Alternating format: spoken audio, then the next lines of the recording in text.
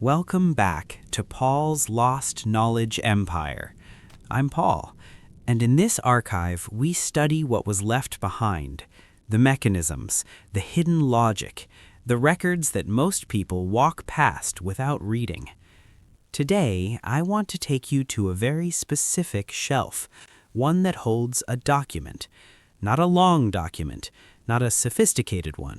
200 words written in a hurry by frightened people who had no idea what they were doing.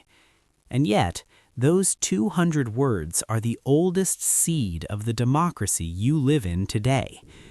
I want to ask you something before we open this record. Think about the idea of consent, the idea that a government only has power because the people underneath it agreed to give it that power. That idea feels obvious to you now, natural, self-evident. But in 1620, it was almost unthinkable.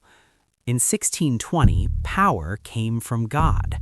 The king ruled because God said he ruled. The Lord owned the land because God arranged it that way.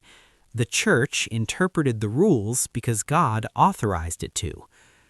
The idea that ordinary people, farmers, craftsmen, servants, could simply write down their own rules and agree to follow them was not a political theory.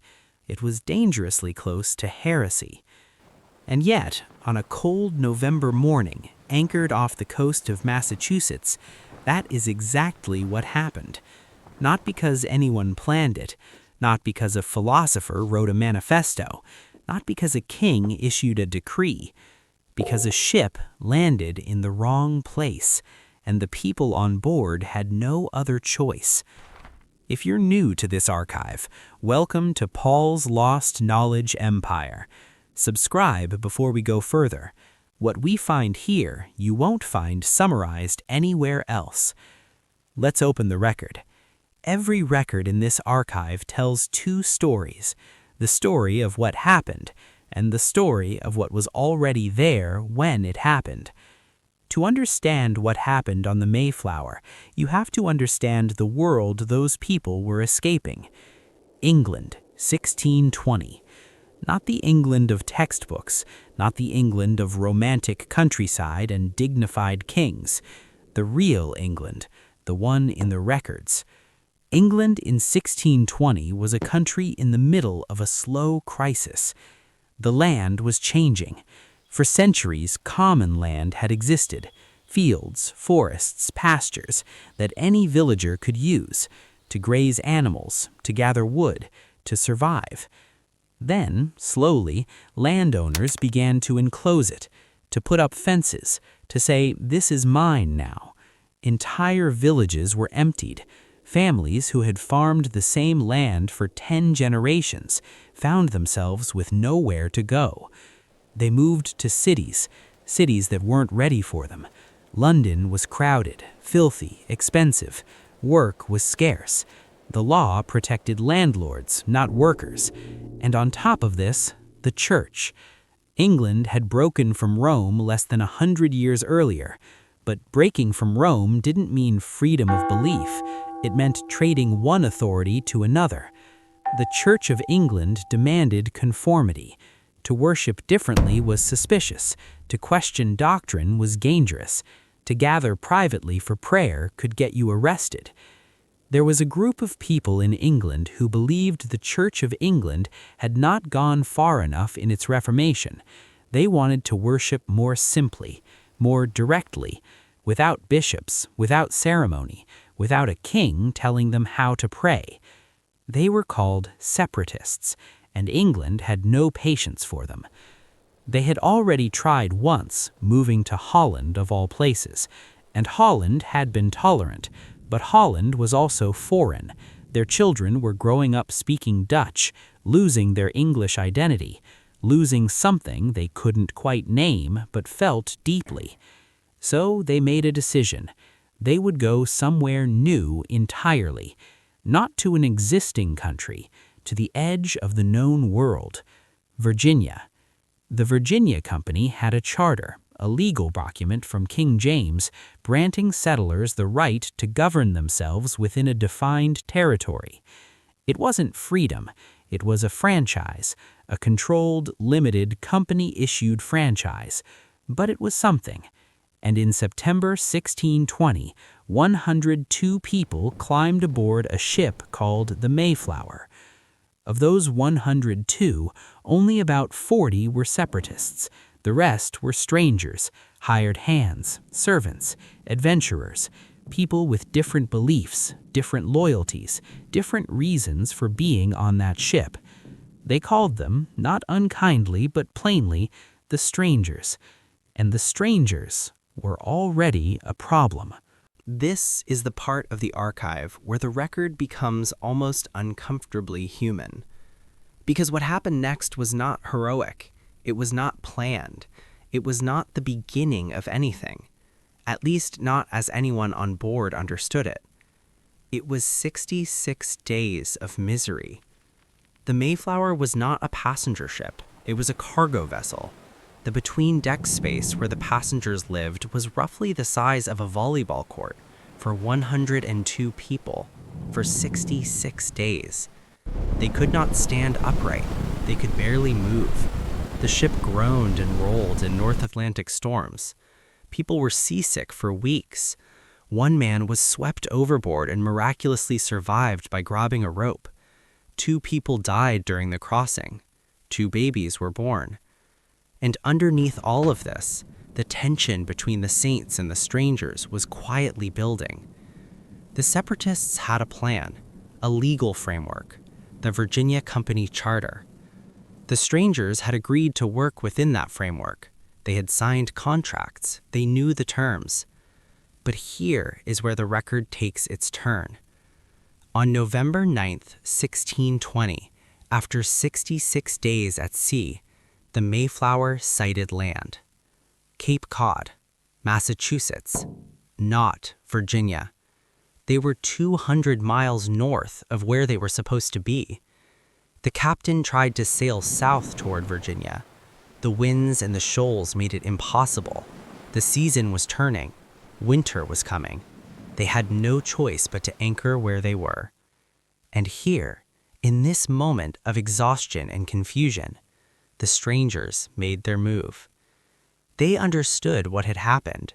The Virginia Company Charter was a legal document tied to a specific territory, Virginia. They were not in Virginia. They were not in anyone's territory. There was no charter here, no company, no king's law, no authority of any kind, which meant, technically, legally, completely, they were free. One of the stranger leaders stood up and said it plainly. When they landed, he would not be bound by any of the separatists' rules. He would do as he pleased. Others agreed. And William Bradford, one of the separatist leaders, wrote about this moment in his journal. He called it a discontented and mutinous speech. And he was right to be worried, because without agreement, without some form of shared law, what waited for them on that shore was not freedom. It was chaos. And chaos in a New England winter, with no food, no shelter, no help, meant death. The first record I want to show you is a legal one, and I want you to understand just how strange and radical what happened next actually was. The separatists had a problem. They needed law. They needed order. They needed everyone on that ship, saints and strangers alike, to agree to follow the same rules, but they had no authority to impose those rules. The Virginia Charter was worthless here. The king was 2 months away by sea. There was no magistrate, no court, no sheriff, no institution of any kind. There was only the people on the ship. So they did something that had almost never been done before in the English-speaking world. They wrote it themselves.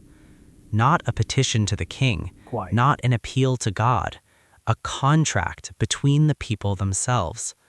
We whose names are underwritten do by these presents solemnly and mutually in the presence of God and one another, covenant and combine ourselves together into a civil body politic. Read those words carefully. Civil body politic.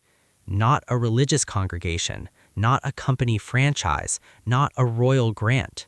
A civil body politic, created by the consent of the people signing it. I want to sit with something here that I keep returning to in the archive. These were not educated men, most of them. They were not philosophers or lawyers. They were farmers and craftsmen and servants who had been at sea for 66 days and were cold and sick and frightened. And yet, almost by accident, they wrote down a principle that the greatest political thinkers of the age had barely begun to articulate: that legitimate government requires the consent of the governed. John Locke wouldn't write about this for another 60 years. The American Declaration of Independence was 156 years away. But here, in 200 words, on a ship anchored in a Massachusetts bay, written in an afternoon out of sheer necessity, the seed was planted. Not because anyone was brilliant, not because anyone was visionary, because they were stuck and they needed everyone to agree. And the only way to get agreement when you have no authority is to ask. That is the first lock this story breaks open. Power doesn't always come from above. Sometimes, when the structure above disappears, it rises from below. Not from ideology, from arithmetic. 41 men signed the compact. 41 signatures was more authority than any king's charter they no longer had. The second record is harder to sit with, because the story of the Mayflower Compact, as most people know it, is a story of brave pilgrims founding a free society on the principles of equality and consent. And there is truth in that story. But when I read the full archive, when I look at the actual passenger list, the actual signatures, the actual lives of the people on that ship, I find something more complicated and more honest. 41 men signed the Mayflower Compact. 41, out of 102 passengers. The women did not sign, not one. They had no legal standing to sign. In English law of 1620, a woman's consent was not required for anything. The servants did not sign. They were bound by their master's signatures. Their consent was assumed or ignored. The male strangers signed, but many signed reluctantly, under pressure, because the alternative was to winter without any law at all. And the children, of course, did not sign. So the great founding document of American democracy was signed by 41 men out of 102 people. Less than half, and only the half that already held power. I want to be honest with you here, as your guide through this archive. This does not make the compact meaningless. It makes it human. Every great leap forward in human history carries within it the limits of its moment. The people who wrote it could only see as far as their world allowed them to see. What matters, and what I find genuinely extraordinary when I sit with these records, is what the language allowed. The compact did not say, "We, the 41 men of means and standing." It said, "We whose names are underwritten." Just names. No titles, no bloodlines, no divine appointment. And that gap between what they intended and what they wrote is where the next 150 years lived. The language was wider than the men who wrote it, and language, once written, has a habit of outliving the intentions of its authors. That is the second mechanism this story activates. Not what they meant to create, but what the words made possible. If you've been walking through this archive with me, thank you, genuinely. Choosing to understand the mechanism rather than just the surface story, that's what this archive exists for. If you haven't subscribed to Paul's Lost Knowledge Empire yet, this is the moment. There is much more here, and we are only getting started. Now the document was signed. 41 names on a piece of paper, the ink still drying. And I want you to hold that image for a moment, because this is where most records end the story. The compact is signed, democracy is born, move on to the next chapter. But the archive doesn't let you move on that fast, because the document was not the hard part. The hard part was the shore. They had been on that ship for 66 days. They were sick, they were thin, they had buried 2 of their own at sea.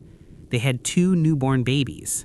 They had no shelter, no food stored for winter, no knowledge of this land, no maps that were worth anything, no idea who lived here or whether those people would welcome them or kill them. They sent small scouting parties ashore. I found the records of those first days, and they are nothing like the paintings. The first landing party walked into the tree line and immediately got lost. They found some corn buried in the ground by the Wampanoag and took it, not because they were thieves, because they were starving, and they had no idea what else to eat. They found empty Wampanoag houses. The villages had been devastated by a European epidemic that had swept through the coasts just 3 years earlier. The houses were still there. The tools were still there. The fields were still cleared. The land that the Pilgrims would later describe as empty wilderness, waiting to be settled, was not empty at all. It was a landscape in shock, a people in mourning, a civilization that had just lost perhaps 90% of its population to diseases it had never encountered before. The Pilgrims arrived not into an untouched wilderness, but into the aftermath of a catastrophe that had cleared the way for them, a catastrophe they did not cause, but from which they benefited completely. I want to sit with that, not to assign guilt, not to erase what the Pilgrims built, but because the archive demands honesty, and the honest record shows the compact was signed on a ship, but the ground it was planted in had been prepared by someone else's suffering. That is the record, all of it, not the parts that feel good and not the parts that feel bad, all of it, because that is the only way to understand how things actually work. The third record is the one that I find most remarkable, and the one that most directly connects to the world you live in today. Let me take you back to that ship. November 11th, 1620. The compact has been signed, 41 names on a piece of paper, the first self-governing document in the English-speaking New World. Now, what happened next? They landed, and the first winter nearly killed them all. Of the 102 people who arrived on the Mayflower, 45 were dead by spring. Almost half. They died of cold, of starvation, of disease, of the simple, brutal fact that they had arrived too late in the season to build proper shelter or plant food. There was a moment, recorded in William Bradford's journal, when the living were too few and too weak to bury the dead properly. They buried them at night, in unmarked graves, so that the local Wampanoag people would not know how many had died, would not know how vulnerable they were. This is not the story that gets told at Thanksgiving, but it is the story in the archive. And here is where the third mechanism appears. Among the Wampanoag, there was a man named Tisquantum. The English called him Squanto. Squanto spoke English, not because he had studied it, not because he had chosen to learn it, because he had been kidnapped. In 1614, 6 years before the Mayflower arrived, an English sea captain had lured a group of Wampanoag men onto his ship and sold them into slavery in Spain. Squanto escaped, made his way to England, lived there for several years, learned the language, found a ship going back to America, came home, only to find that his entire village had been wiped out by a European disease while he was gone. He was the last of his people, alone, with no community, no home, no one left who knew him. And then, the Mayflower arrived. Squanto walked into the Plymouth settlement in the spring of 2021, and he taught them how to plant corn, how to fertilize soil with fish, how to navigate the rivers, how to survive. The Plymouth colony, the seed of American democracy, survived its first year because of a man who had been enslaved by the English, who had lost everything to European disease, who had every reason to let those settlers die, and chose not to. I have spent a long time with this part of the archive, and I keep returning to the same question. What do we do with the knowledge that the foundations of something beautiful rest on something painful? I don't think the answer is to erase one to protect the other. I think the answer is to hold both at the same time, without looking away from either. The compact was real. The principle it planted was real. The suffering underneath it was also real. That is the third mechanism. Not just what was built, but what it was built on, and by whom, and at what cost. The accident of navigation revealed a legal vacuum. The legal vacuum forced a document. The document planted a language. The language outlived everyone who wrote it. And underneath all of it, a man who had no reason to help chose to help anyway. History is rarely clean, but it is always honest if you read the full archive. Let me take you to the last room in this section of the archive. The room where all three records are laid out together, side by side, so you can see the whole machine at once. September 1620. 102 people board a ship. 66 days at sea. A navigation error. A legal vacuum. A cold November morning off Cape Cod. And in the wreckage of those circumstances, three mechanisms activate. First, the jurisdiction vacuum. No charter, no king's law, no authority. For the first time in English history, ordinary people write their own rules, not handed down from above, agreed upon from below. The seed of consent-based government is planted in 200 words written in an afternoon out of desperation. Second, the gap between intention and language. The men who signed meant to protect their own power, but the words they chose were wider than they knew. We whose names are underwritten. No titles, no bloodlines, no divine right, just names. Language that the next century and a half would slowly, painfully, imperfectly stretch to include more and more people. Third, the accident inside the accident. The colony survives because of a man the English had enslaved, a man who had lost everything, who helped anyway, who chose, in the wreckage of his own life, to plant something for someone else's future. None of this was designed. No committee met, no philosopher wrote the plan, no king issued the decree. People were simply surviving, making decisions in the moment, under pressure, with imperfect information and imperfect intentions. And those decisions, made by frightened, cold, exhausted people on a ship anchored in the wrong place, became the foundation of the most powerful democracy in human history. The Mayflower Compact was not a great document because the people who wrote it were great. It was a great document because the situation demanded something that had never been written before, and the words they reached for turned out to be larger than any of them understood.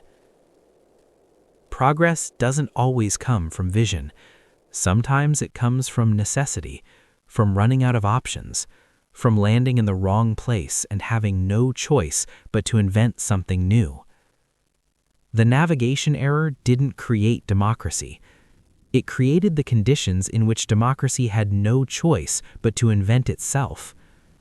Whether that is terrifying or quietly hopeful, I leave that record open for you to read yourself. That is what the archive held today. Not a story about heroic founders building a perfect system.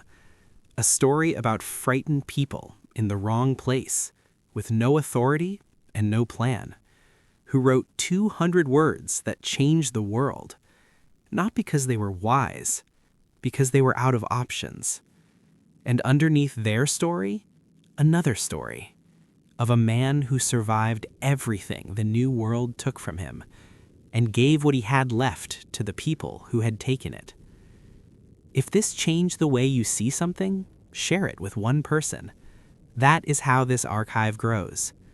And if you haven't subscribed to Paul's Lost Knowledge Empire yet, the doors are open. Every record we open here pulls back the cloak on how things really worked, underneath the version we were taught. Next time, I'll take you to a different shelf entirely. A machine. A single machine built by a goldsmith in Germany in 1440 that broke the church's monopoly on truth, started wars across an entire continent, and accidentally built the modern mind. The archive never runs out of records. I'm Paul, archivist of Paul's Moss Knowledge Empire. Stay curious and keep reading.